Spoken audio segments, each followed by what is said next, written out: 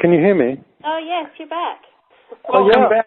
I'm Welcome sorry, back. I never really disappeared. I heard everything that Elder said, and it started talking, but obviously you couldn't hear me. I'm very sorry about that. Well, I'm glad you're back, and it was only a rash. Okay, well, what I was saying, Elder, was hearing you recite the details of my personal history and career. You made me feel considerably old, but thanks very much for the welcome, and I'm really pleased to be here. I did hear what you said, and it sounds fantastic. I hear 19 or 20 people on the phone. I don't quite understand why there's such a preponderance of Tasmanians, but that's fantastic, very welcome. And you're absolutely right. This is a fantastic moment to celebrate stuff. We're not often in that position in this business of poverty alleviation to be celebrating.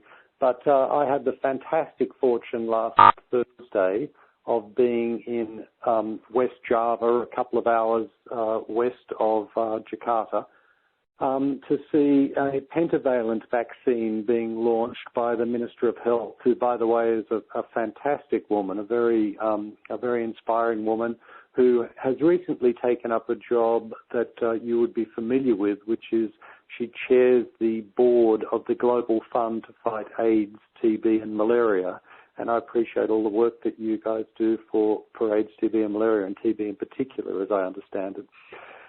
So I had the privilege of being there and watching the celebrations of hundreds of people there, a lot of community health workers. They'd set up special tents all around the edges of this celebration field and were actually administering the vaccines and doing it in a really fantastic way with the other health interventions that in Indonesia are routinely part of a visit of a baby or a mother and or hopefully often a father and a baby to a health clinic, namely, information about diet, weighing the baby, measuring the length of the baby, and providing other advice, particularly around sexual and reproductive health.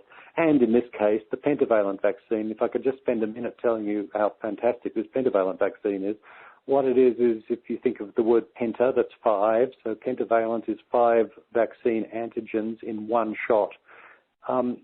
In our world, the diphtheria, tetanus and pertussis being whooping cough, DTP, has long been the standard vaccine, the basic vaccine that even I, as old as I am, got as a baby. What I didn't get necessarily was the hepatitis B and the Haemophilus influenza B, HIB. And it's that HIB bit that's been added now to the Indonesian routine immunization program. And HIB is a frightening disease that causes pneumonia and meningitis. And as this vaccine has now been introduced into Indonesia, it will take them, to be honest, I think their plan is 16 to 18 months to roll it out across the provinces of Indonesia, and then it will be firmly and forevermore a part of the routine immunization program in that country.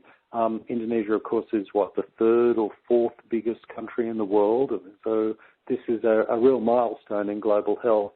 And the reason it was able to happen is because GAVI was able to support the Indonesians, and the reason that GAVI was able to support the Indonesians was because donor governments like Australia were able to support GAVI, and the reason that donor governments like Australia were able to support GAVI was because of people like yourselves lobbying for international aid to be maintained and increased at acceptable levels so that we can share the wealth of this country with neighbours such as Indonesia. So it was a fantastic experience. It's actually a bit of a milestone for us in the GAVI Alliance because this vaccine pentavalent was the first one that we introduced when we started off in the year 2000, and it's almost complete. And I say almost because early next year, a country called South Sudan in Africa will adopt pentavalent, and South Sudan wasn't a country when GAVI started. As many of you know, I'm sure you all appreciate, it gained its independence not so long ago. And then once South Sudan has pentavalent, that means that all 73 countries that GAVI has supported will be using this vaccine, protecting against these 5 life-threatening diseases, which is a huge milestone. And we plan a big celebration, which we'd love you to be a part of, in March or April next year when South Sudan does introduce pentavalent. But meantime, we're able to celebrate in this part of the world this incredible achievement in Indonesia. So 2 minutes and a word about GAVI, and then I'll pass it back to you, Elder, to and open up for questions if you like. But we're just in such a fantastic space at the moment, thanks to all of you. GAVI's mission is to expand access to immunisation in the poorest countries of the world.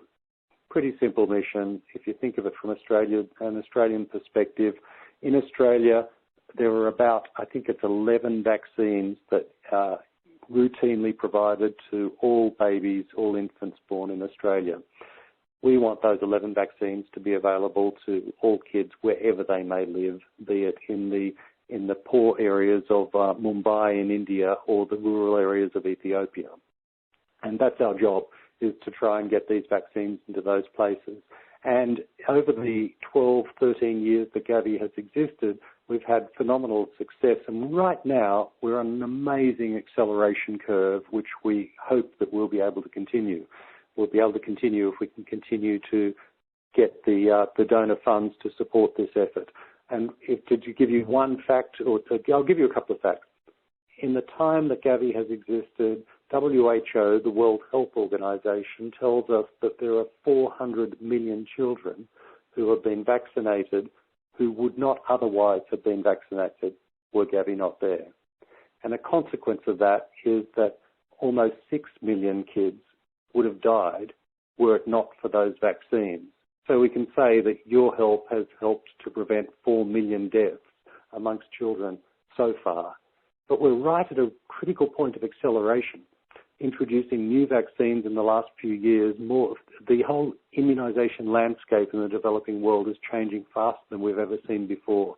And one fact about that, in the first 12 years, GAVI procured and distributed to routine immunisation programs to government systems, often administered or delivered by non-government organisations, but into the national routine immunisation programs of developing countries, 1 billion doses of vaccines, a variety of different vaccines. But in the first 12 years, 1 billion doses. This year alone, 2013, we have already distributed 500 million. So get that figure, going from 1 billion to 1.5 billion in 1 year alone. That just tells you the massive acceleration that's going on right now in the efforts of the GAVI Alliance. Now, the GAVI Alliance isn't me. It's not my 140 colleagues sitting in Geneva. It's largely represented by the developing countries themselves, non-government organisations. We work very closely with our partners, UNICEF, the World Health Organization, and frankly, we work really closely with the vaccine manufacturers also, because what we want to do is make sure this effort is sustained. And that means we want to bring down the prices of vaccines to an affordable level for developing countries, and we want to ensure a secure supply over time.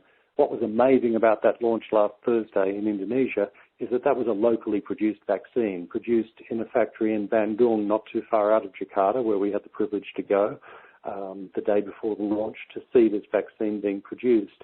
And now we've encouraged that company, its name is Biopharma, to think about exporting that vaccine so that Indonesian vaccine, which is actually produced at a considerably cheaper price than we are buying that same vaccine or a similar vaccine from other companies in Belgium and the United States, Korea, and where's the other place? There's one other place, I'm sorry, I've forgotten, in Europe, where we buy the pentavalent vaccine.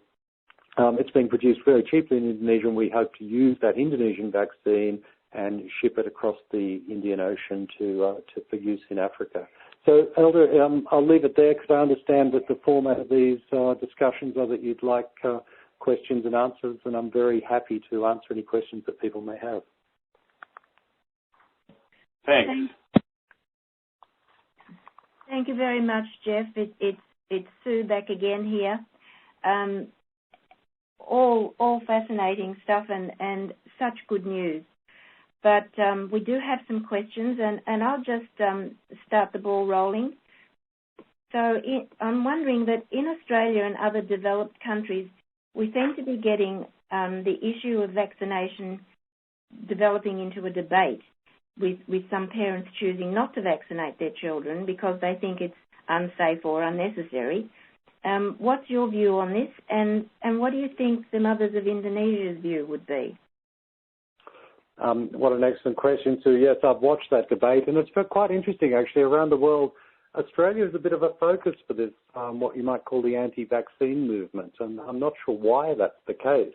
The first thing to say is that there is no truth in the argument that vaccines are unsafe. Vaccines go through an extremely rigorous testing process that tests both the quality assurance of the process of producing them and the actual product itself, the actual vaccines themselves.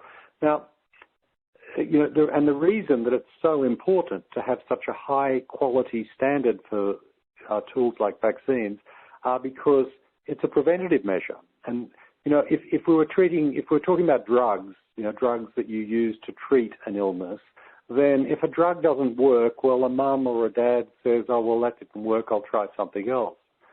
When you're dealing with something that's a preventative exercise, like a vaccine that prevents disease, if it caused harm, you have all hell to pay.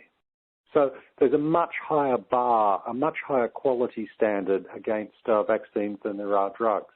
Now, that said, it is true that very, very occasionally there will be an adverse reaction to a vaccine and someone might get sick. Someone might even die, but that is extremely rare. I don't have the data in front of me, but if you said 1 in a million, you would be exaggerating. It's extremely rare. So the first thing to say is vaccines are impeccably safe on the whole. It is absolutely true that there might be an adverse reaction from time to time, but you're dealing with a public health measure and one has to take a minimal risk in that space. Your second point about them being, are the mothers of Indonesia debating the safety of vaccines? No. In the developing world where treatment is that much harder to find, where health systems are that much weaker than we have in Australia, vaccines are something that mothers absolutely want to bring to their children. There's no question. There's no coffee groups sitting around the West Java lounges sort of discussing whether they should immunise their kids or not. They know that pneumonia kills their kids. They know that diarrhea kills their kids, and now there's vaccines that can stop that, and they want those vaccines. Yes, thank you very much, Geoff. Let's go to our next question. It comes from Bernie in Tasmania. Either Ian or Alex, have you got a question there?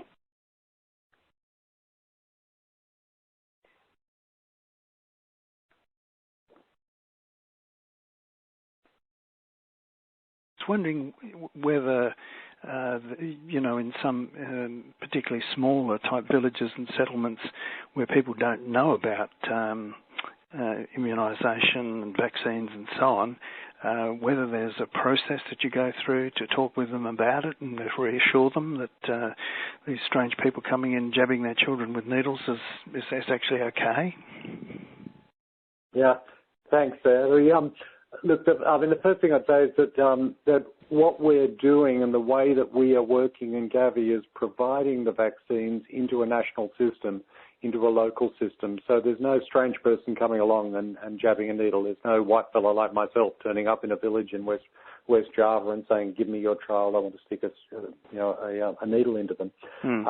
It's the local health workers who are delivering this. And when we introduce a vaccine, when a government says we would like to use this new vaccine in our country, please, we also actually provide a cash grant to enable them to do what's called social mobilisation, to enable them to inform the population about this vaccine and invite people to come and bring their kids for it. We also, by the way, try and ensure that wherever possible, new vaccines that are being introduced align with the existing system. You'll find that in many developing countries, in most areas, immunisation is actually one of the first services that people are aware of in a national health system.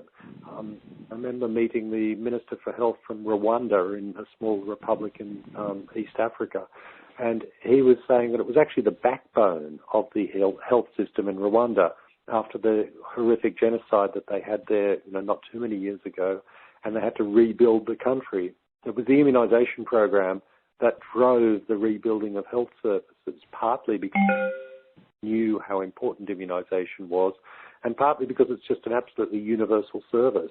But the key point is that it's delivered by community health workers, or if people are living in cities, it may be in their local health centre or their local hospital even, but it's local people. This isn't an exercise of foreigners or strangers coming in to want to jab kids. Thank you.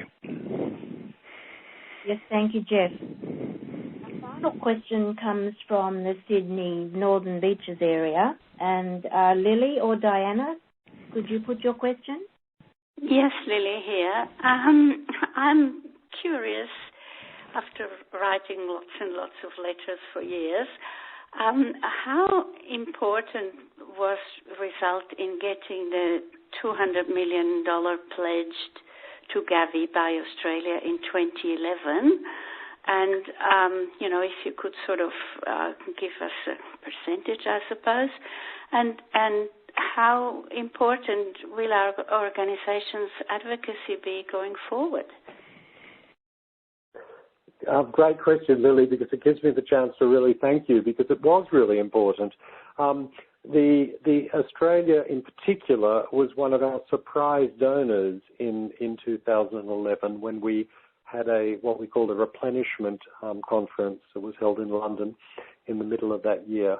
And we invited all of the donor governments and some private philanthropists, Bill Gates being the principal one, as I'm sure many of you know, around the table to say, look, we need to raise this money. And we expected many governments to step up to the plate, and Australia was the surprise step up. It was Kevin Rudd at the time, who I know is suffering a little bit at the moment in what he's trying to do, but he was fabulous. And he came and he pledged $200 million, as you said, over 3 years. Now, the reason that I would suggest to you that your efforts were particularly important is I want to relate a conversation I had with a guy named Bob McMullen, who was the Parliamentary Secretary for International Development not so long ago. And he's a Canberra guy. I'm sitting here talking to you from Canberra, by the way, tonight, because I've been here trying to see some officials and so on. And I said to Bob, who are the NGOs in the aid space, in the development aid space in Australia, who make that difference in Parliament House? And I wasn't surprised by his first answers. He talked about Tim Costello from World Vision. He talked about Oxfam. He mentioned in our space of immunisation and child health, he mentioned Save the Children. And then he said, and there's this other group called Results. I don't know if you've heard of them. And he said, Results caused me enormous headaches. The reason they caused him headaches is because, and, please correct me if I'm wrong, but one of the things that I understand Results do, or that Bob understood you did, was that you mobilise at a sort of local level and write to your local members of Parliament and sort of shake the tree at a local level. Now, what that meant for Bob McMullen as the Parliamentary Secretary was that every time your members wrote to your local member of Parliament and they got a letter about aid, they'd ring up Bob's office and say, well, how do I answer this? Or can you help me with this? And so he was, for a period there, constantly being inundated about particular things, and he'd get, 60, 100, I don't know how many, but he said it was a real irritant. It was a pleasure for him, by the way. He was a terrific guy, and he wanted to increase things, and this helped to raise the profile of the benefits of international development and aid and what Australia could and ought to be doing within the Parliament. So he was appreciative of it in a way, but he did describe it as an irritant. And so I think that beyond any doubt, Lily, the work that Results does, I would suggest to you, especially raising issues at that local level and writing to a local member of Parliament, is incredibly effective in the big scheme of international development. So thanks very much and congratulations. Thank you. That's very reassuring, Geoff. Thank you.